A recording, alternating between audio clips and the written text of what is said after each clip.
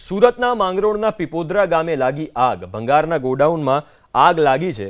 ભીષણ આગ લાગી છે। યાન વેસ્ટેજના ગોડાઉનમાં આગ લાગી। ગોડાઉનમાં લાગેલી આગ બાજુના ગેરેજ સુધી પ્રસરી છે।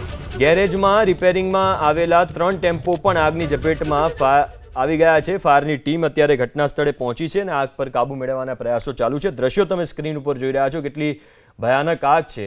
આજુબાજુની તમામ વસ્તુ જે હતી એ બળીને રાખ થઈ ગઈ છે અને ફાયર વિભાગની ટીમ અત્યારે ઘટના સ્થળે છે। આગ પર કાબુ મેળવવાના પ્રયાસ સતત કરવામાં આવી રહ્યા છે। વધુ વિગતો સાથે સંવાદદાતા ઇન્દ્રમલ ફોનલાઈન ઉપર જોડાયા છે। ઇન્દ્રમલ, આ આગ કેવી રીતે લાગી છે, શું વિગતો છે?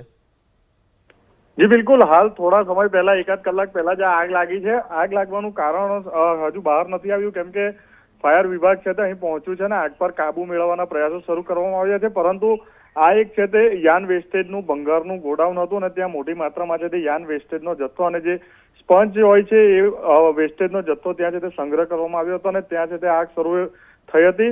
આગ ધીરે ધીરે બાજુમાં જે એક ગેરેજ હતું ત્યાં સુધી પ્રસરી ગઈ હતી અને ગેરેજની અંદર 3 જેટલા ટેમ્પા જે રિપેરિંગ માટે આવ્યા હતા તે પણ છે તે આગની ચપેટમાં આવ્યા હતા અને 3 ટેમ્પા છે તે બળીને ખાખ થઈ ગયા હતા। ખાસ કરીને હાલ છે તે સુમિલોન ફાયર ઘટના સ્થળે પહોંચ્યું છે અને આગ પર કાબુ મેળવવાના પ્રયાસ છે તે શરૂ કરવામાં આવ્યા છે। જી આભાર ઇન્દ્રમલ વિગતો આપવા માટે।